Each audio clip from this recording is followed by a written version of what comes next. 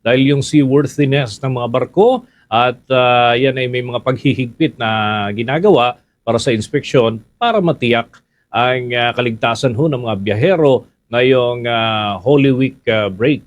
May balita dyan ng Bombo Radio Johnson.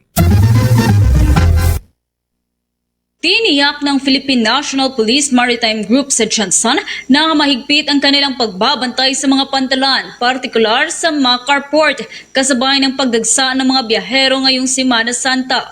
Ayon kay Police Captain Roger Del Rosario, hepe ng Maritime Police Station Johnson, nag-deploy sila ng sapat na puwersa kada biyahe upang masiguro ang police visibility at agarang responde sa anumang insidente. Dagdag pa ng opisyal, mas dumami ang bilang ng mga pasahero lalo na sa mga biyaheng patungong Balut Island kumpara sa mga ordinaryong araw. Gayunman, nananatiling maayos at kontrolado ang sitwasyon sa mga pantalan dahil sa koordinasyon ng iba't ibang ahensya ng pamahalaan. Ipinagbabawal naman ang pagdadala ng mga armas tulad ng baril at patalim sa mga pantalan at sa ngayon ay wala pa namang naitatalang na kumpiskang ipinagbabawal na kagamitan. Patuloy ring pinapaalahanan ang mga pasahero na sumunod sa mga regulasyon upang maiwasan ang aberya sa kanilang biyahe. Nilinaw rin ng maritime na ang inspeksyon sa mga barko at pagpapatupad ng seaworthiness ay isinasagawa katuwang ng Philippine Coast Guard, habang sila naman ay nakatuon sa seguridad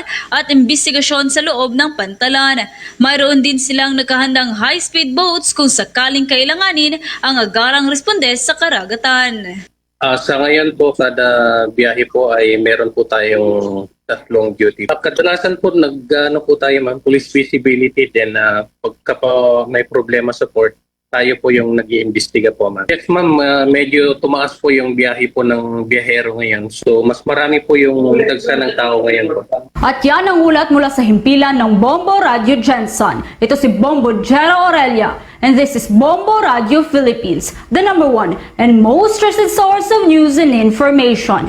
Basta Radio! Bombo! For the most trusted source of news and information, visit our website at www.bomboradio.com. Follow us on Bombo Radio mobile app, Facebook, YouTube, TikTok, and X, formerly Twitter.